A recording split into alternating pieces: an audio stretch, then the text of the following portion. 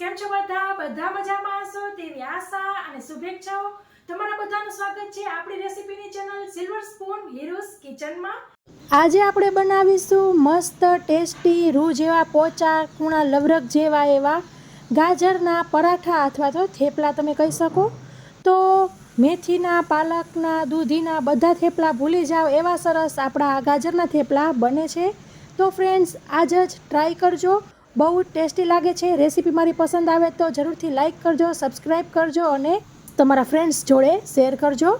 તો ફ્રેન્ડ્સ તમને હું પરોઠું કટ કરીને બતાવું, એકદમ સરસ કૂણા માખણ જેવા થયા છે। તો ચાલો આપણે જોઈ લઈએ ગાજરના પરાઠા થેપલા બનાવવાની રેસીપી। સૌ પ્રથમ આપણે 2 ગાજર લેશું મીડિયમ સાઇઝના અને તેની છાલ કાઢી લેશું।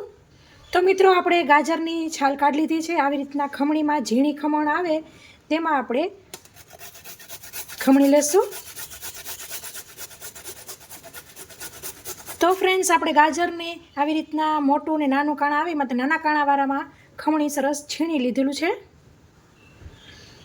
તો તમને હવે હું કપના મેઝરથી બતાવું કે કેટલું થયું તે। તો આપણે આવી રીતે દાબીને ભરીએ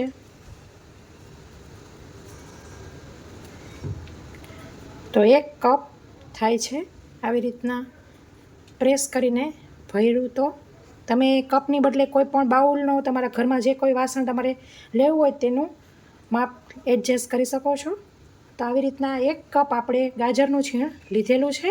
ગાજર પછી તમારે કેટલા પણ હોઈ શકે પણ આપણે દાબીને 1 કપ લેવાનું છે। કોઈનું મોટું હોય કોઈનું નાના હોય તો વધારે લેવા પડે, એટલે તમને કપથી મેઝર કરીને બતાવું છું।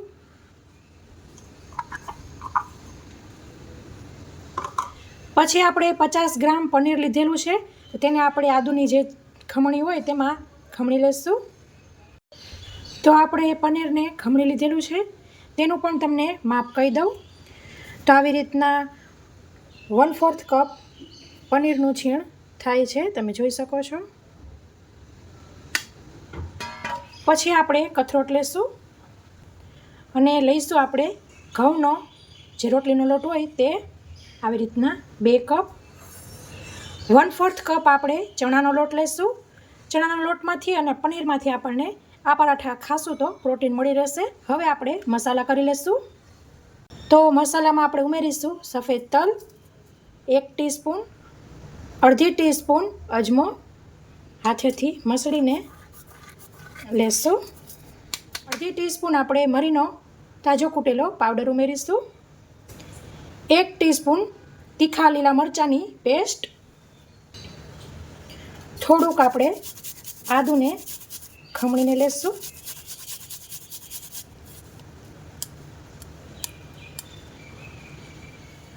1/4 ટીસ્પૂન હળદર, હાફ ટીસ્પૂન લાલ મરચું, 1 ટીસ્પૂન ધાણા જીરું, મીઠું ઉમેરીશું સ્વાદ મુજબ।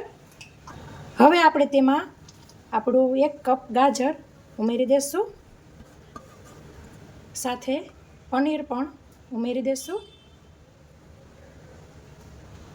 અહીં આપણે ઘીનું મોણ આપીશું, તમે તેલનું પણ આપી શકો છો। તો આવી રીતે 3 ચમચી ઘી ઉમેરીશું અને સરસ બધુંય આપણે મિક્સ કરી લઈશું ચોખા હાથ વડે।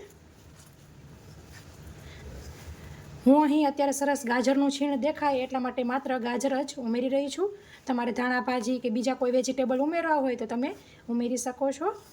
ગાજરમાં પાણીનો ભાગ હોય છે એટલે પહેલાં કશું પણ નાખ્યા વગર, મીન્સ પાણી કે દહીં કે કોઈ પણ વસ્તુ લિક્વિડ નાખ્યા વગર આપણે લોટ બાંધીશું। આવી રીતના પહેલાં લોટને ભીનો થઈ જવા દેવો એટલે ગાજરનું બધું પાણી નીકળી જાય। તો તમે જોઈ શકો છો કેટલું આપણું લોટ સરસ ભીનો થઈ ગયો છે, એટલે ખાસ તે વાતનું ધ્યાન રાખવું કે પહેલાં પાણી નથી ઉમેરી દેવાનું।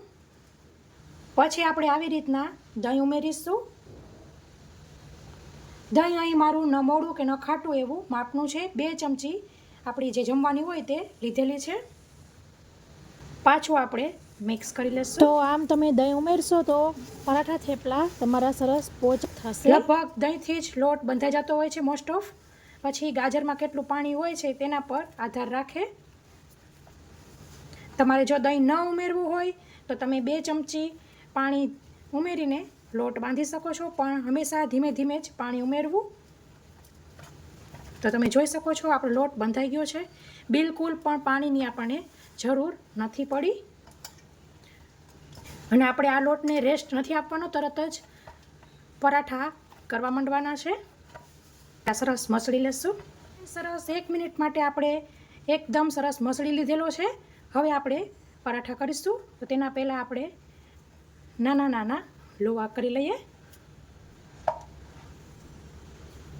તો ફ્રેન્ડ્સ, એક સરખા લોવા કરી લીધા છે. આ માપ પ્રમાણે તમે ચાલશો તો 14 આવી રીતના લોવા રેડી થાય છે. તો આપણા 14 પરાઠા થશે. પાછું એક વખત આવી રીતના રાઉન્ડ ફેરવી લેવું, લુવું લઈશું અને આપણે આવી રીતના કોરા લોટમાં, ઘઉંનો જ લોટ છે, અટામણમાં કોટ કરી લેશું, વણી લેશું. થોડી થોડી કિનારીઓ ફાટશે.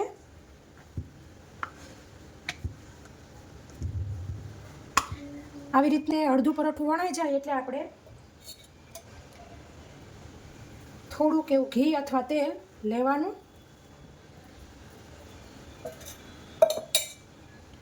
અને થોડો કોરો લોટ ભભરાવવાનો.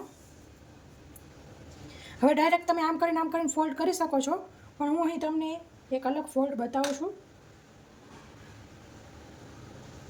આવી રીતના વચમાં અડધો કાપો લગાવીને આવી રીતના ફોલ્ડ કરવાનું.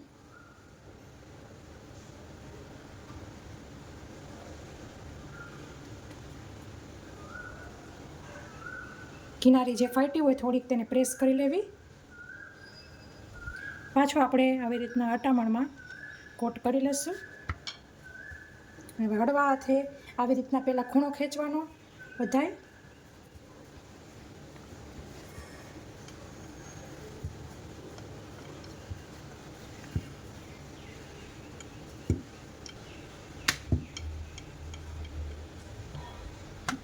આપણું પરાઠું બિલકુલ રેડી છે. થોડી થોડી કિનારી ફાટશે પણ ચિંતા નહીં કરવી, એમને જ રહેશે, આવું જ થશે.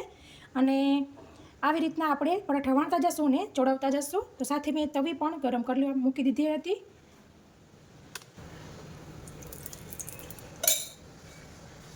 તો ફ્રેન્ડ્સ, આપણી તવી સરસ ગરમ થઈ ગઈ છે. 1-2 ટીપા તેલ કે ઘીના લઈને આપણે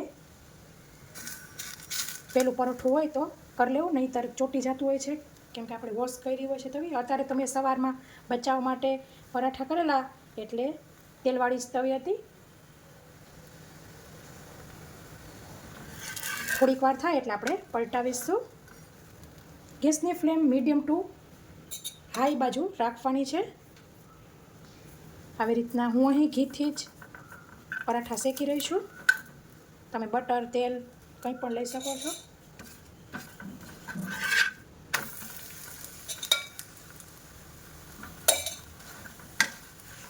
તો તમે જોઈ શકો છો સરસ ફૂલે છે આપણા પરોઠા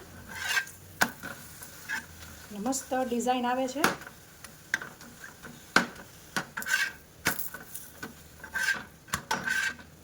તો કાઢી લેશું.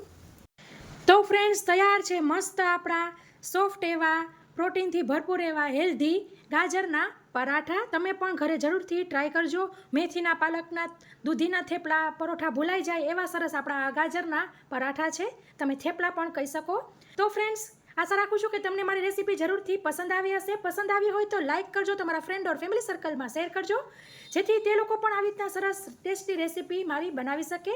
સો ફ્રેન્ડ્સ, આ રેસીપીમાં આટલું જ. ફરી મળીશું એક નવા વિડીયો સાથે. ત્યાં સુધી આવજો. Thank you. બાય. જય શ્રી કૃષ્ણ.